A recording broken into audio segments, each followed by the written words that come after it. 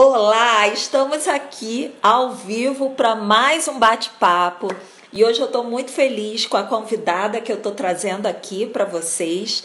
A gente vai estar falando sobre câncer de mama, então a gente vai estar falando quais os sintomas, quais os sinais, como é que a gente pode identificar se o que nós temos é um nódulo ou é um câncer.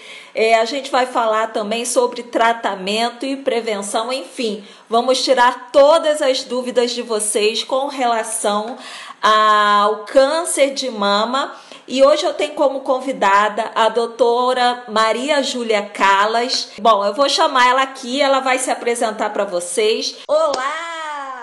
Olá, Que tudo bem? alegria! Tudo bem? Que prazer! Obrigada aí pelo convite. O prazer é meu, tenho certeza que você vai conseguir agregar muito valor para a minha audiência.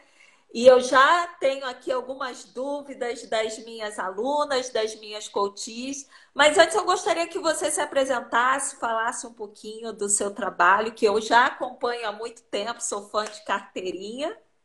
Obrigada. Bom, para quem não me conhece, eu sou Maria Júlia Gregório Callas, eu sou médica, eu sou ginecologista e mastologista, e dentro da mastologia me encantei com a área de radiologia mamária. Então, é a questão da prevenção mesmo do diagnóstico precoce. Então, eu trabalho com a parte de diagnóstico, mamografia, ultrassom, ressonância de mamas e os procedimentos de biópsia.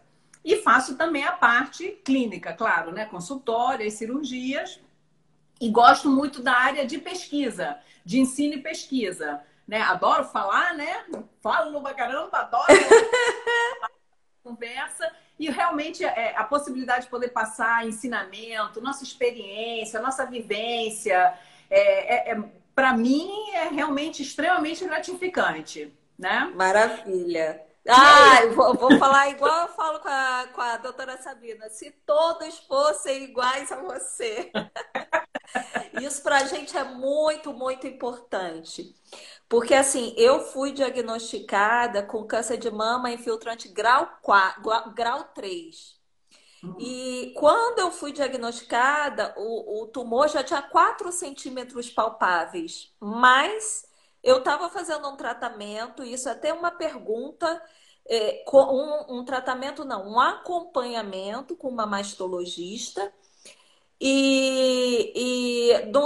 Ela fez, né, o exame fez só a mamografia, eu era jovem, não tinha casos na família, não fez biópsia e lá no último exame deu BIRAD 3 e ainda assim ela deixou para mais um semestre para eu voltar. E quando eu descobri, a primeira consulta tinha 1 centímetro e nesse período ele quadriplicou de tamanho. Então, assim, com relação a essa questão da detecção precoce, hoje eu não tinha ideia do que era BIRAD, né? A gente muitas vezes terceiriza a nossa saúde. Eu acho que é importante você confiar no médico, mas quando a gente tem informação de qualidade, a gente também pode tomar algumas decisões que a gente não tomaria por falta de informação. Se eu soubesse hoje o que era BIRADS, eu falaria, não, eu quero uma biópsia, ou eu iria em outra médica.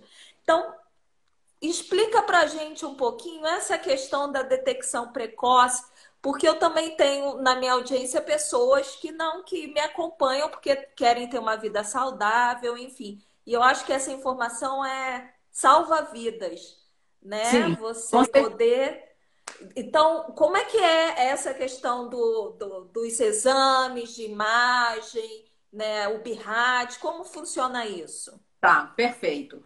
Olha, de rotina, pela Sociedade Brasileira de Mastologia, de Ginecologia e de Radiologia, aqui no Brasil, estipulamos que o rastreio tem que ser com a mamografia a partir dos 40 anos, uma vez por ano.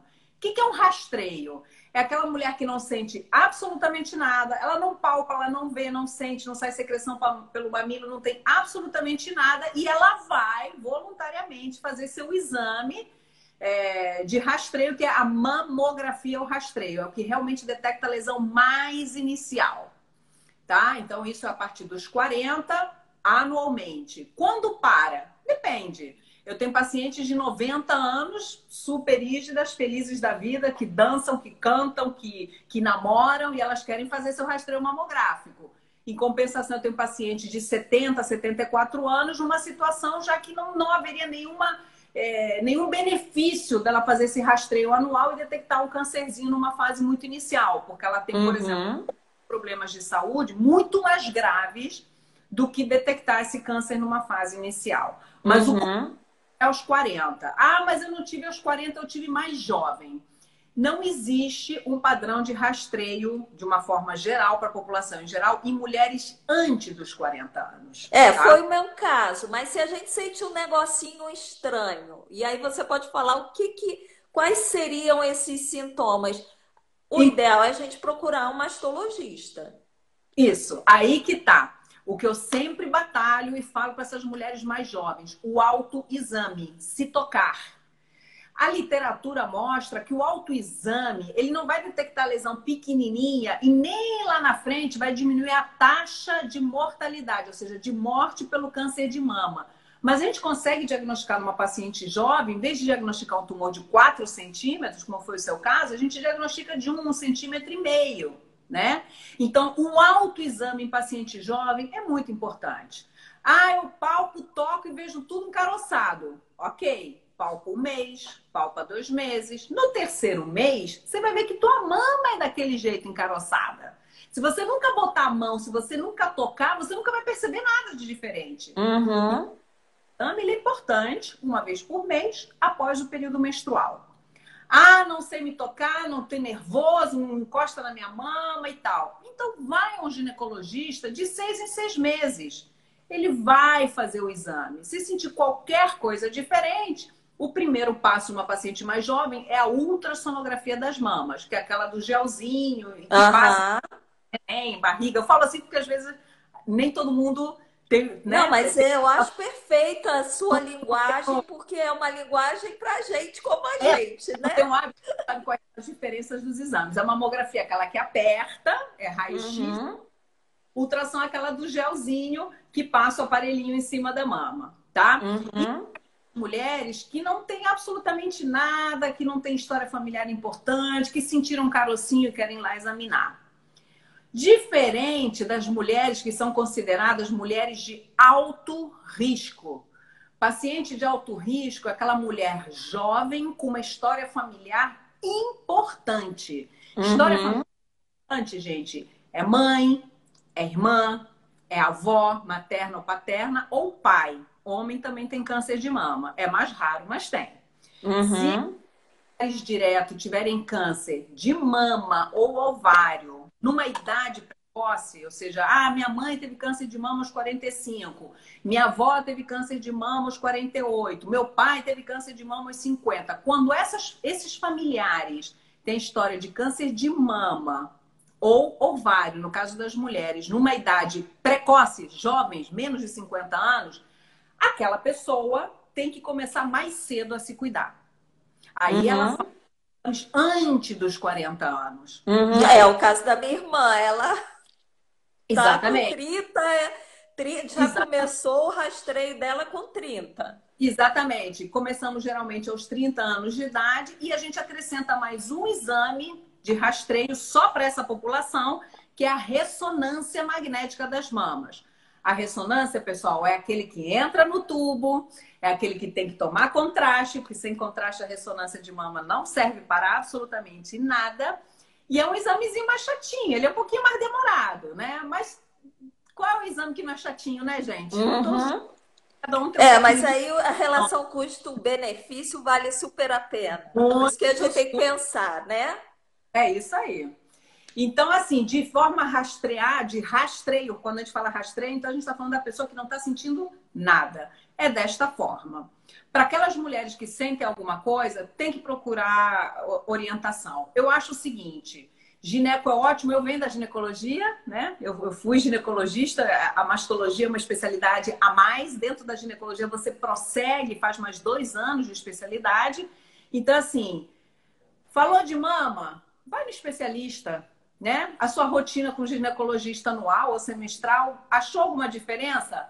Vai no mastologista, que eu acho que é a pessoa que está mais ali antenada, atualizada, com exames, com formas de investigar, se faz ou não faz uma biópsia. Eu acho que realmente é a pessoa mais indicada.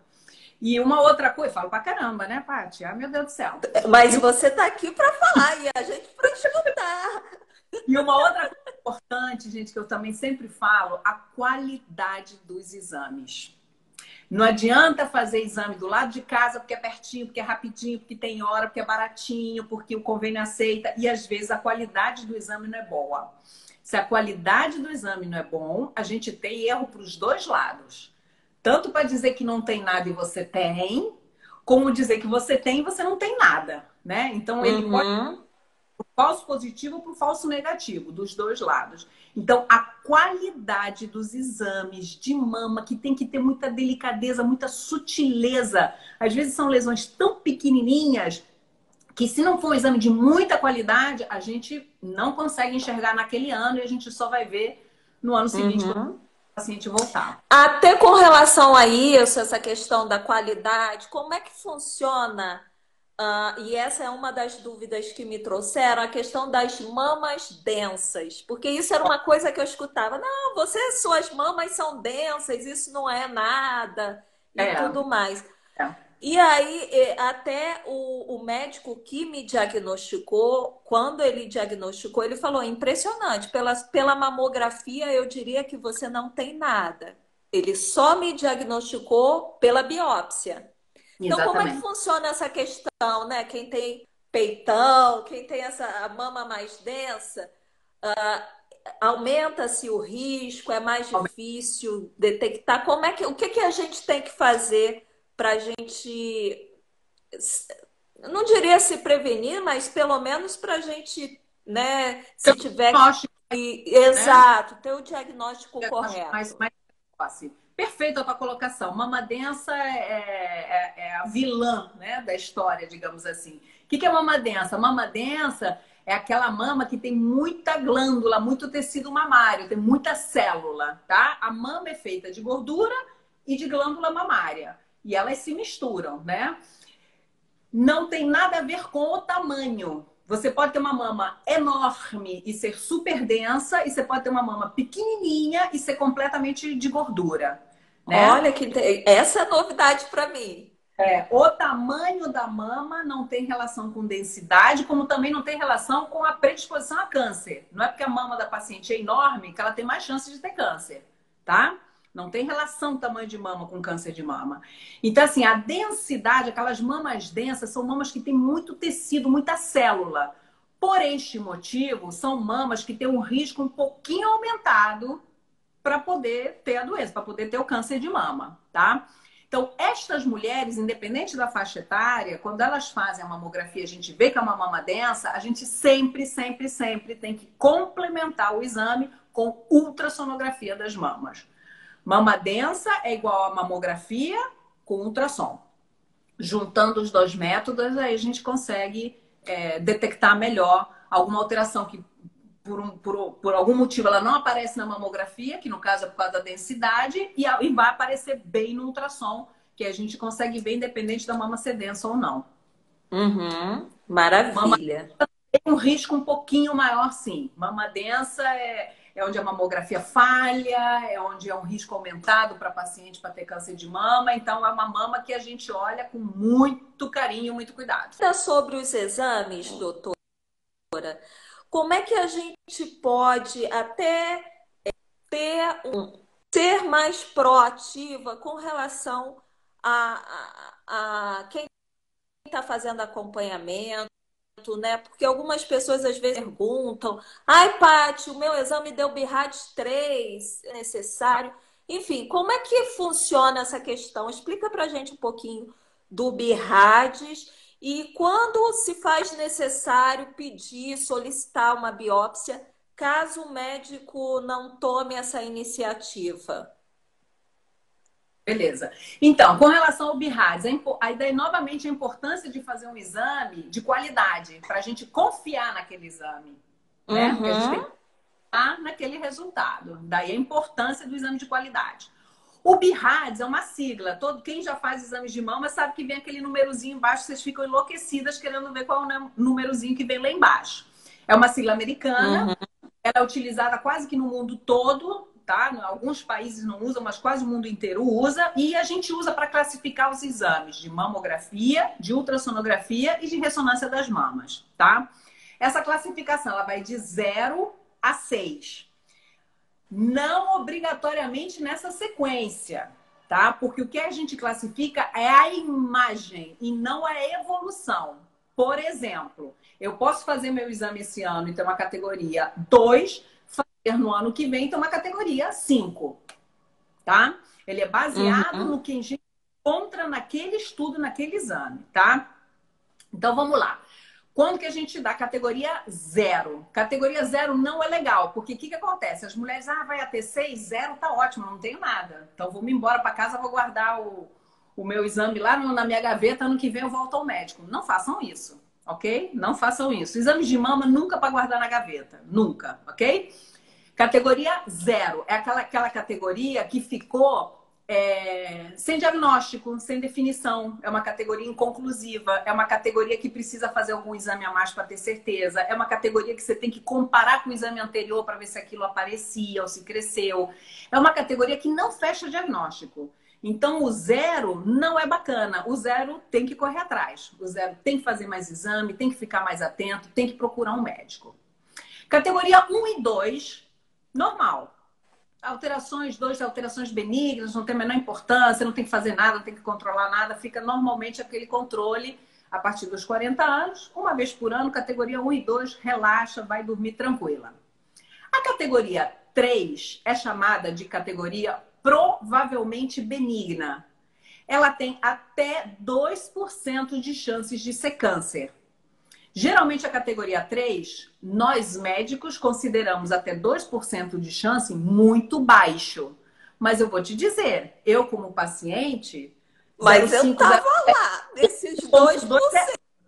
é o mundo, entendeu? Então, assim, quando a gente fala, mas é só 2% de chance, mas eu entendo, porque eu também sou mulher, eu faço os meus exames, eu também estou do lado de cá, né? Então, assim, mas é considerada uma possibilidade muito baixa. Então, o que a gente faz? A gente repete o exame em 6 meses, para ver se cresceu, se modificou, se deu alguma se a imagem ficou mais irregular, se aquilo se tornou alguma coisa palpável, se a pele modificou, se a axila tem alguma alteração. Ou seja, a gente dá uma chance para aquilo, porque a grande maioria das vezes, aquilo não evolui, tá? Então, em 6 meses, a gente faz um novo controle. A gente controlou, viu que tá ok, tá tudo bem, não teve evolução nenhuma, não teve crescimento nenhum. Aí a gente vai numa sequência, num controlezinho mais pertinho dos 6 meses. Mas ali deu 2 anos, 3 anos, nada mudou. Aquele exame volta para a categoria 2. Benigno não é nada, esquece. Então, a grande maioria das lesões BIRADS 3 são benignas, ok? Uma situação ou outra pode realmente ser câncer, tá? Evoluir para câncer. Mas alguma coisa tem que modificar. Ou o tamanho, ou o aspecto da imagem, ou uma história muito importante da paciente, alguma palpação que tenha mudado, que não está batendo, o exame não bate. Pô, mas eu sinto aqui o nódulo pequenininho, alguma coisa aqui não está batendo. A gente investiga. BIRADS 4. O BIRADS 4 é uma lesão suspeita. BIRADS 4 é câncer? Não. Ok? O BIRADS 4 não é câncer. A gente tem algumas imagens que a gente faz biópsia de BIRADS 4 e aquilo é doença benigna. Em torno de 30 a 40% das lesões BIRADS 4 são câncer. Tá? Então a gente tem uma chance aí de quase 60, 70% dessas lesões também serem benignas. Mas elas têm alguma coisa que tem que fazer a biópsia, tem que ter certeza. Então o BIRADS 4 é igual a biópsia. Mas calma, Uhum. não é sinônimo de câncer, ok? BIRADS 5, sim, BIRADS 5 é quase sinônimo de câncer. A gente tem mais de 95% de chances de ser maligno. Então, essa paciente, geralmente, ela já tem alguma coisa palpável, um comprometimento da axila, um comprometimento da pele, alguma coisinha a mais já aparece nesse exame. Então, BIRADS 5 igual a biópsia, e com mais de 95% de chance de ser câncer. E o BRCA6? O BRCA6 é para aquelas mulheres que já sabem que tem o câncer, que elas têm que fazer um tratamento antes de operar. E como é que é esse tratamento? Por exemplo, tem alguns tipos de câncer que a gente não opera direto. A gente primeiro faz quimioterapia. Faz uma quimioterapia ou até uma hormonioterapia para reduzir o tumor. O tumor fica pequenininho e aí a gente consegue fazer uma cirurgia mais econômica, conservadora, preservar a pele, mamilo, fazer uma coisa mais enxugada na parte cirúrgica. Então essa mulher faz a sua biópsia, deu câncer. Ela vai lá, faz o seu tratamento. Quando ela volta para repetir o exame para saber se o tratamento deu certo, ela tem um BRCA6, tá? Então, o Ok. controle da paciente que está em tratamento é BRCA6. Pelo amor de Deus, olha o desespero. A paciente tinha um BRCA4, deu câncer, vai tratar e quando ela volta, ela deu um BRCA6. Essas mulheres enlouquecem, porque elas acham que Acha está que já tá morrendo, né? tipo assim, nossa, eu tava em 4, pulei para 6, piorou muito. Não é isso, gente, por favor. É só ter um controle, porque aquele 6 a gente já sabe que vai estar em tratamento e que tá dando tudo Aham, certo. É isso. maravilha. Perfeito. Ainda sobre os sintomas, a maioria das vezes, no meu caso, foi isso. Eu nem confesso que eu nem tinha o hábito de fazer o autoexame, mas eu estava tomando banho e senti um troço diferente no meu seio, e aí fui procurar ajuda. Então, a maioria das mulheres é isso. Ai, senti um nódulo no seio. Mas existem outros sintomas. Quais seriam os sintomas mais comuns do câncer de mama? Então, ótima colocação, porque às vezes a gente associa palponódulo é câncer, né? Não necessariamente, né? Existem tumores de mama benignos, ou seja, não câncer, que às vezes a gente nem opera nem retira, tá? Mas assim, o mais característico é o surgimento de um nódulo mais duro, né? Os cistinhos, os cistos de mamas que são de líquido dentro, que são benignos, geralmente eles são molinhos. Você samba com eles, você vai por um lado e com o outro, eles são soltinhos na tua pele, é uma coisa mais suave. O câncer de mama não, é um nódulo mais rígido, mais duro. Ele fica mais firme, mais fixo. Você não consegue mexer direito nele. Você toca e aquilo tá ali firme, tá? Isso quando a gente palpa o nódulo, que pode estar em qualquer parte da mama, gente. Pode estar pro lado de dentro, pro lado de fora, embaixo, em cima, atrás do mamilo, todas as áreas da mama, ok? Então, o nódulo palpável, a secreção pelo mamilo, pode sair secreção pelo mamilo, geralmente é de um mamilo só, quando sai dos dois, geralmente é uma alteração hormonal benigna, é alteração de um mamilo. Geralmente, o câncer de mama não dói. Né? Então, a dor, a gente não dá não tem valorização pelo profissional. A dor não tem relação ao câncer. A dor geralmente tem relação mais a uma doença benigna, como um cisto inflamatório, uma dor muscular, um problema de coluna, às vezes cervical, que irradia e dá dor toda na área, na caixa torácica. A gente tem músculo, a gente tem nervo, tem costela, tem nervo dentro da costela. Então, assim, as alterações de dor não são as mais significativas, não são as mais importantes para a gente, tá? Como diagnóstico. Maravilha, isso também é importante, porque muita gente pergunta: câncer de mama dói? Tô com a mama dolorida. Maravilha. Então, vamos falar um pouquinho agora do tratamento. Acho que a gente já falou bastante, né, de sintomas. Uma coisa que me perguntam bastante, até subiu essa pergunta aí, é se vale a pena a mulher que foi diagnosticada, eu quero logo tirar as duas mamas de prevenção. Como é que funciona isso? Não, não vale a pena. Não tem, não. Os estudos já mostram que, porque assim, a gente vem numa evolução de conduta cirúrgica cada vez menos radical, né? Antigamente se tirava a mama, o músculo grande peitoral, músculo pequeno peitoral, tirava tudo, né? Tirava até a alma, né? Ou seja, uma coisa absurda. Depois vieram as cirurgias conservadoras, que se tirava só a área onde estava o tumor, mas se tirava a pele, né? Se tirava o mamilo, mas preservava o músculo. Hoje em dia, nem pele a gente tira mais, né? Hoje em dia a gente abre e retira o tumor, retira a área onde está o tumor.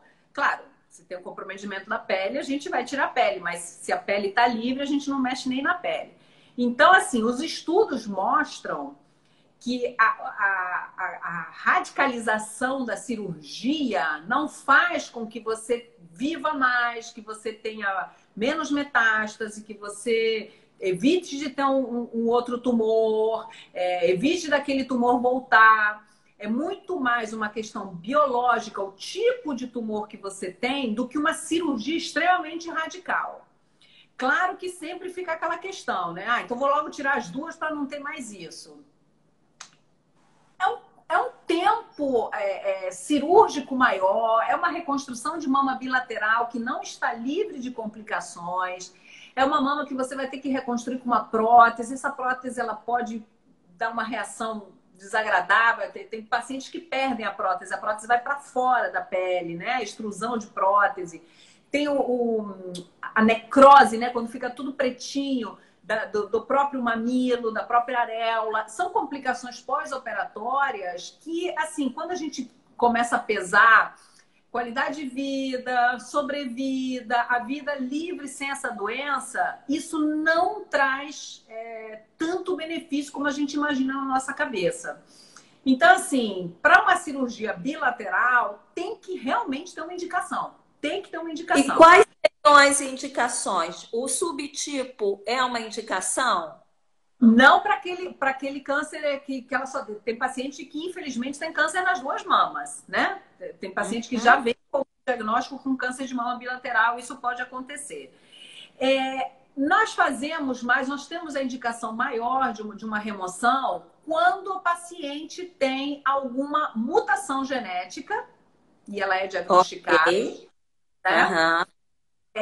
Ou preventivamente. A paciente tem aquela história familiar importante, ela consegue fazer o painel, né?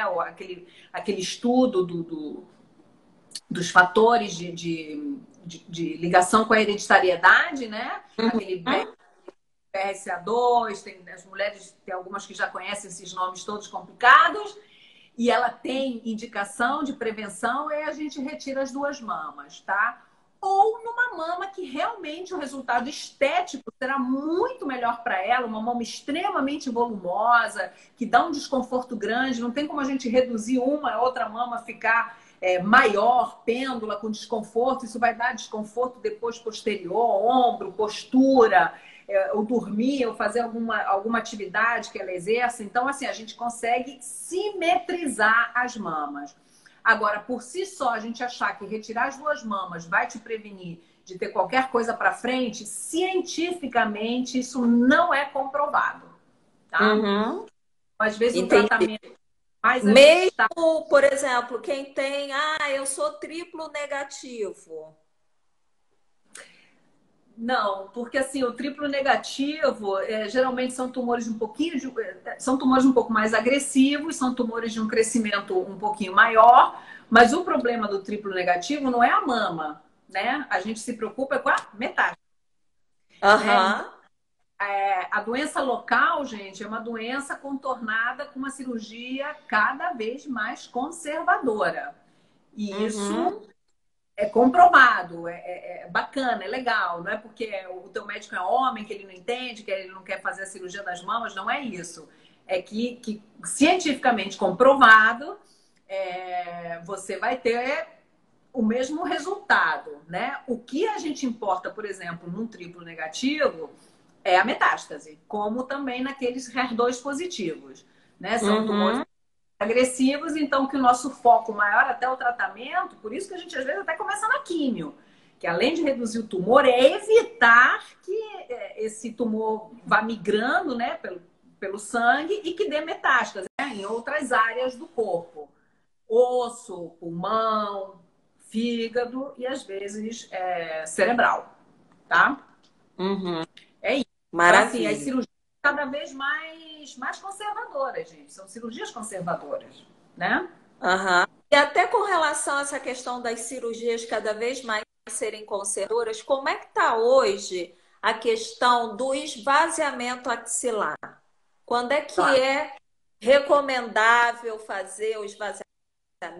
Com relação ao esvaziamento axilar, atualmente, antigamente se esvaziava todo mundo, né? Todo mundo tirava os linfonodos axilares. Nós temos 3 níveis de gânglios axilares, nível 1, 2 e 3 na axila. Lá atrás, a gente ia até o terceiro nível, que vem quase até aqui embaixo. Então, assim, era uma coisa extremamente radical, fazia muito mais o linfedema, aquele braço inchado. Eram complicações muito grandes. Depois surgiu a pesquisa do linfonodo sentinela, né? O que é a pesquisa do linfonodo sentinela? No ato da cirurgia, a gente injeta materiais específicos, né? Que eles vão drenar para a axila e a gente vai lá e pega esse gângliozinho que tá com esse material e examina ali na hora. A gente sempre tem uma patologista em sala. Patologista é aquela que olha no microscópio e dá o diagnóstico para gente. A gente tem uma patologista em sala que ela vai olhar esse linfonodo e vai dizer tem câncer ou não tem câncer. Quando tem câncer, a gente vai lá e prossegue e retira mais gânglios axilares para ter certeza que se tiver gânglio axilar ali, a gente vai remover tudo e essa doença não se espalha. Se não tem câncer, a gente encerra a cirurgia axilar por ali, só com a biópsia do linfonodo sentinela. Tá? Isso é feito no ato cirúrgico. Dentro do centro cirúrgico, você é anestesiada e a equipe toda ali pronta para resolver. Isso é muito no momento, tá? Pacientes com tumores maiores, volumosos, que já têm axila comprometida, elas vão fazer a quimioterapia neoadjuvante, que a gente chama. Aquilo reduz o tumor e reduz o comprometimento axilar. E em alguns locais, eu não sei para as pessoas que estão ouvindo, não sei se é só Rio de Janeiro ou se é o Brasil todo. Aqui no Rio de Janeiro é feito desta forma. Eu sei que em alguns centros não é possível, mas mesmo para essas pacientes que fizeram quimioterapia, os gânglios também diminuem. Então a gente também faz a pesquisa do linfonodo sentinela para essas mulheres, porque elas têm a chance também da quimio ter feito uma boa resposta na axila e a gente não precisar tirar os gânglios. Quanto menos gânglio a gente tira, melhor o pós-operatório, menor a chance de fazer aquele edema de braço, melhor a mobilidade do braço dessa paciente e é um melhor prognóstico, né? Quanto menos gânglio comprometido, a gente diz que o câncer não é tão agressivo e a paciente tem uma possibilidade de cura muito maior sempre. Né? Vez mais você já falou com relação à cirurgia, né? Eles estão buscando, a medicina está buscando fazer uma coisa mais conservadora e com relação ao esvaziamento também. É isso? Isso, também. Tanto com essa questão da pesquisa do linfonodo sentinela, como também de fazer a quimioterapia antes, para reduzir essa axila também, esse comprometimento axilar também. Exatamente. Tá tentando se fazer cada vez menos cirurgias, mais conservadoras e mais tratamentos via oral, quimioterápicos ou radioterápicos. A ideia é essa. Vamos ver como isso vai evoluir daqui para frente. Maravilha. Eu fui diagnosticada em 2014 e eu fiz primeira cirurgia e depois que eu fiz uma mastectomia radical com o esvaziamento maxilar e a reconstrução imediata. Mas as meninas me Ótimo. perguntam, gente, meu peito tá tudo bonitinho, eu fiz tudo pela auréola. Eu sei que depende do local onde está o nódulo, né? Tudo isso, mas apesar de ter sido uma cirurgia grande, foi bonitinho. Só que eu fiz antes a cirurgia e depois a químio e a rádio. E a maioria das pessoas fazem o contrário. E aí elas sempre me perguntam, mas por que com você, gente? Eu não sei explicar. Eu falo, gente, olha, cada protocolo é cada tratamento é um. Mas, de maneira geral, por que algumas pessoas fazem cirurgia antes e outras pessoas fazem primeiro a químio? Por isso que eu estava te escutando. Olha só, estamos em 2020. 2014... Tá com delay, gente. Exatamente, está com delay. 2014 já assim, mudou tudo, entendeu? Quem operou em 2000, 2010, 2015, já mudou. Muda a forma de tratar, muda o quimioterápico, muda a sequência, muda o painel, muda a investigação. Cada hora vem um exame de sangue diferente. Já está chegando uma medicação que não existia nem no ano passado, né? Então, assim, realmente essa questão da mulher, mas por que você faz assim se eu faço assado? Mas por que você tirou se eu não tirei? Por que você fez a quimio antes se eu faço a quimio depois? Não pode comparar. Não pode comparar, gente. Cada pessoa é uma pessoa, cada mulher tem uma idade, cada mulher tem um status menstrual, ou seja, está menstruando, está na menopausa, se está amamentando, se tem filho, se tem história familiar, se o tumor é pequeno, se o tumor é grande, se o tumor é receptor de estrogênio e progesterona, se é um triplo negativo, se é um HER2 positivo, se a mama é grande, se a mama é pequena, se o tumor é grande para uma mama pequena, tudo vai mudar. Então a gente não pode generalizar, tá? E as modificações desses tratamentos, principalmente com os quimioterápicos, é assim, ó, tá? Por isso que esses oncologistas, Sabrina, se tiver aí, não me deixa mentir, eles vão para os congressos de 6 em 6 meses, quando eles voltam, eles enlouquecem a gente, porque aquilo que se fazia 6 meses atrás já mudou, já trocou, de 20 miligramas pulou para 5, a de 5 não faz mais, a de 10 pula. A mudança é constante, né? Então, assim, a gente não pode comparar com paciente, tratamento com tratamento, tá? No teu caso, em 2014, era essa conduta a ser feita.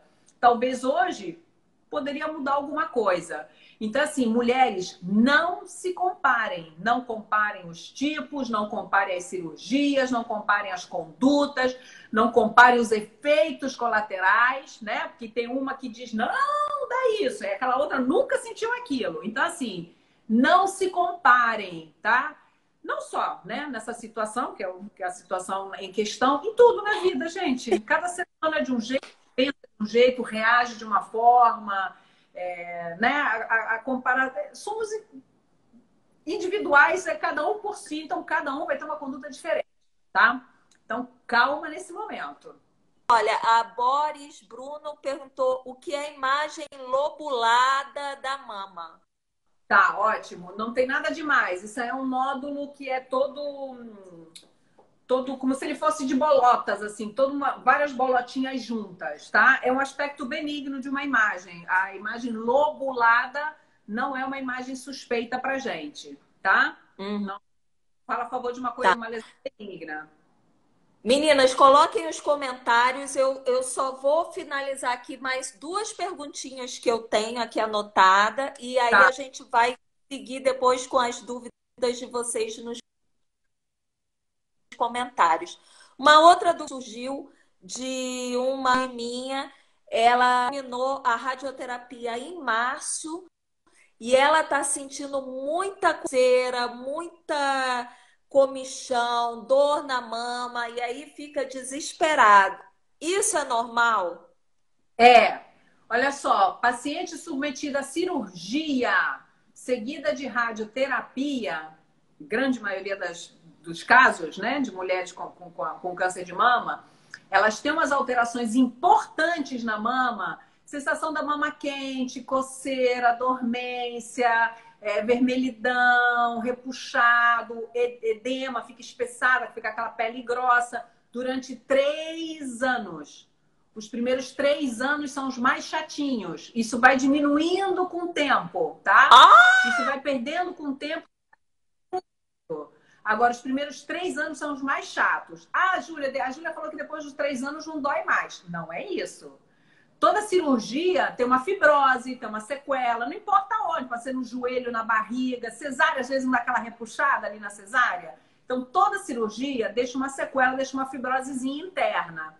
Então, a mama, como é externo, ele é mais perceptível, essa dor, esse desconforto. Encosta e dá um choquinho no ombro, a mama, coça, fica estranha. É normal. Dor de mama, pós-tratamento, não é sinal da doença voltando, ok? Vamos ter muita tranquilidade com relação a isso. Repete de novo, doutora, porque isso é muito importante. Sim, tá? Então, assim, tranquilidade. Quer ver muito comum? Mudar o tempo. Muda o tempo, a mulherada começa a. E a minha mão voltou a doer. Falei, ó, pode ter certeza que vai chover, a umidade tá mudando. porque tem essa correlação sim, tá? Então, tranquilidade com relação a isso. Eu vou responder uma pergunta que eu vi, que o que é mais grave, um tumor grande ou vários pequenos? Depende. Uhum. Depende do painel desse tumor. Você pode ter um tumor grandão e ser o que a gente chama de luminal A, que é um tumor pouco agressivo, e ok. E você pode ter vários pequenininhos e serem, por exemplo, triplo negativo ou HER2 positivo, que são mais agressivos. Então, assim, o tamanho é importante, sim, claro que é. Mas o tipo de tumor que é o mais importante hoje em dia para a gente definir tratamento. E isso é uma coisa relativamente recente, gente. Coisa de 20 anos atrás, ninguém nem falava disso, não sabia nem que existia, tá? Maravilha. A Kellen perguntou: quando tomamos o Herceptin, o HER2 positivo vira negativo? Não é bem assim que funciona. Ele é justamente para bloquear. Olha só, gente, Sabrina, pelo amor de Deus, me socorre, que se essas mulheres começarem com esses tratamentos ali, não é a minha área, né? Mas não, o objetivo é fazer bloqueio. É bloqueio para não continuar a multiplicação celular, tá? Tanto que se aparecer um novo tumor ou se aparecer uma metástase, o painel ele é testado novamente, tá? É feito novamente uma testagem para ver se ele é igual ao primeiro tumor que a pessoa teve, tá? Então, não, são tratamentos. Tratamento. Ok? Maravilha. Outra pergunta: em que casos normalmente não é necessário a radioterapia? Bom, sempre que se preserva a mama é sinônimo de radioterapia. Fez cirurgia conservadora, preservou pele, preservou o complexo areopapilar, né, o mamilo, a radioterapia vai na sequência. Em alguns casos que a paciente faz a mastectomia, dependendo do tipo de tumor, ela fica livre da radioterapia. Mas a grande porque a radioterapia é um tratamento local, né? A radioterapia a gente trata o local. A quimioterapia a gente trata o corpo, evita que a doença se espalhe pelo corpo, tá? Tá, surgiu uma dúvida que é sobre exame de detecção, mas eu acho que é bem importante, então vamos voltar um pouquinho. A questão da mamografia, né? A gente já teve aí uma época, um monte de fake news que mamografia causa câncer, que não é legal a gente estar fazendo. Como é que funciona isso? É verdade, não é? Fala pra gente um pouquinho. Não, porque a gente tem radiação, tem que usar colar, tem que. Não. Como é que é esse negócio? Ótimo, ainda bem que você tocou nesse assunto, que realmente eu acho que foi ano passado, ano retrasado, veio um avalanche de que mamografia dá câncer, a mamografia dá isso, a mamografia dá aquilo. Gente, a mamografia não dá nada, a mamografia detecta o câncer inicial de mama, tá? Os estudos já estão mais do que comprovados, né? Que há uma chance de detecção do câncer precoce e desta forma, uma queda na taxa de mortalidade por câncer de mama. A ideia do diagnóstico precoce é você fazer menos cirurgia, tratamento menos radical e essa pessoa viver mais e não vir a morrer do câncer de mama, tá? Então, não, a mamografia não dá câncer, a dose de radiação é completamente estabilizada, medida, quantificada. O que a gente tem é evolução dos mamógrafos. Cada vez vem mamógrafo digital, com computador, tem a tomossíntese, que é uma mamografia top, que é tipo uma tomografia, uma mamografia que vai recortando a mama toda. Tem a mamografia com contraste, ou seja, a evolução é sempre em função da mamografia.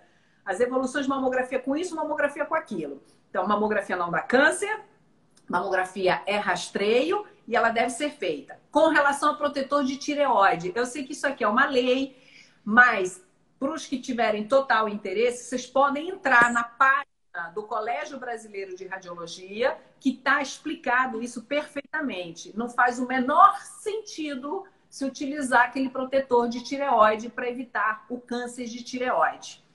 A possibilidade da mulher desenvolver um câncer de tireoide para aquela que dos 40 aos 80 anos faz mamografia anual é insignificante, insignificante. Não estou aqui na cabeça os números, mas assim, uma em 17 milhões de mulheres, sabe? Uma coisa assim insignificante. O que acontece com aquilo? Você só atrapalha, porque aquilo é grosso, é grande. Então, quando você faz a mamografia, faz uma sombra aqui, a gente não consegue ver nada e a gente pede para repetir, tirando o protetor de tireoide.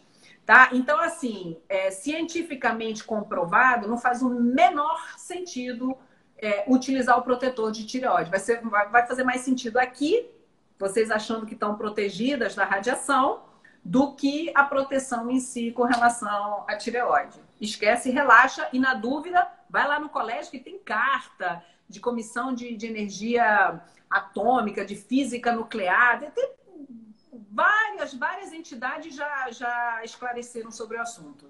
É muita pergunta aqui, gente. Deixa eu ver o que eu consigo aqui.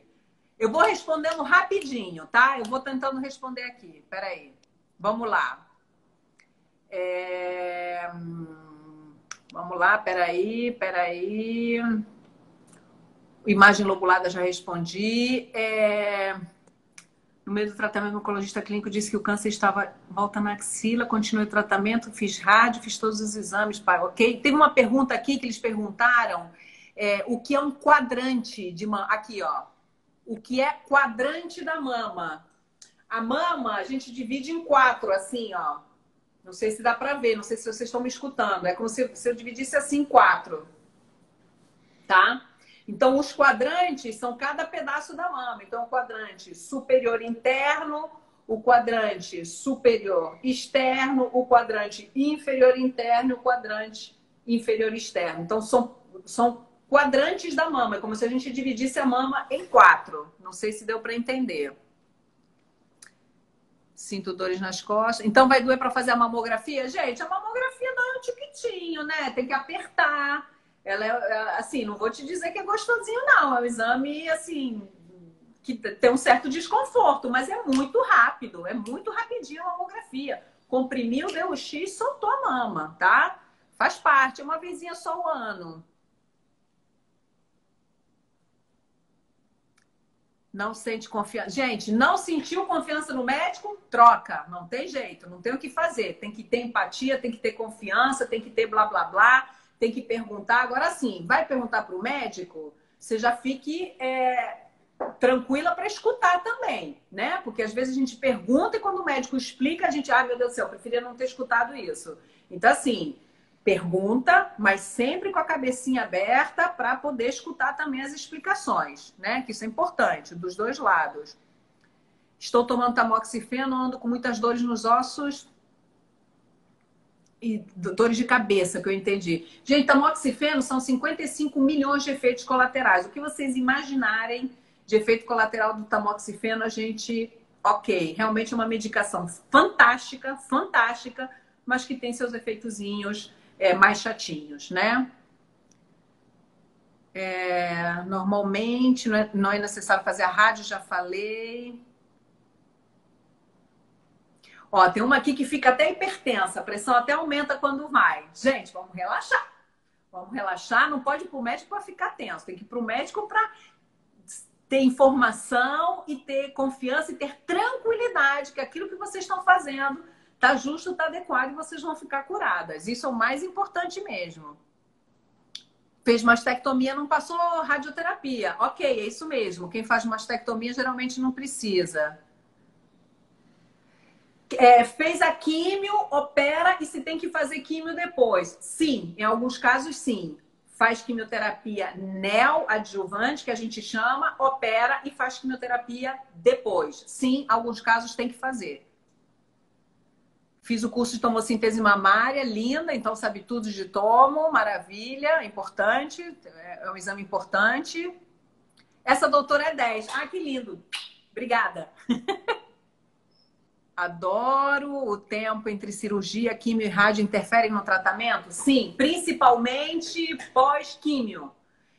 Quem faz quimioterapia neoadjuvante para operar, geralmente a gente tem 1 mês. É o período mais adequado, tá? Depois de 1 mês, a gente já começa a ficar um pouquinho tensa. A gente quer sempre o prazo em torno de 1 mês, um pouquinho mais de 1 mês, quando acaba a químio e vai fazer a cirurgia. Nos outros tratamentos posteriores, não, porque depende da cicatrização, depende de não ter nenhum edema, do dreno drenar bem, de não ter coleções, aí é muito mais no pós-operatório. Mas entre a químio e a cirurgia, sim, tem um tempo. Eu acho que já foi quase tudo aqui, gente. Espero que tenha sido assim satisfatório, né, para todas vocês. Não sei, daqui a pouco a gente vai assim para umas 2 horas de live, a mulherada continua perguntando. Tá bom? Foi bom para você? Foi bom para vocês, mulheres? Para mim foi ótimo. É sempre um prazer poder estar aqui, dividir, contar, sei lá, poder aí comunicar, explicar aí o que tiver ao meu alcance, né? Acho que ficou bacana. Se ficou mais alguma pergunta, faz isso, Paty, o que eu puder depois responder. Aí a gente tenta aí juntar e fazer mais algumas respostas, tá? Mas eu acho que o geralzão deu para ter uma ideia boa, né? E se me deixar aqui, eu vou falando sem parar, e aí você vai me escutar e eu vou continuar falando, ó. Beijo enorme. Super obrigada. Obrigada a vocês, mulheres maravilhosas. Se tiver algum homem também, por favor, não se sintam excluídos, né? E, Paty, super obrigada. Obrigada pelo carinho, pelas perguntas, pela oportunidade. Beijo no coração. Se cuidem. Estamos aqui à disposição. Beijo. Tchau, tchau.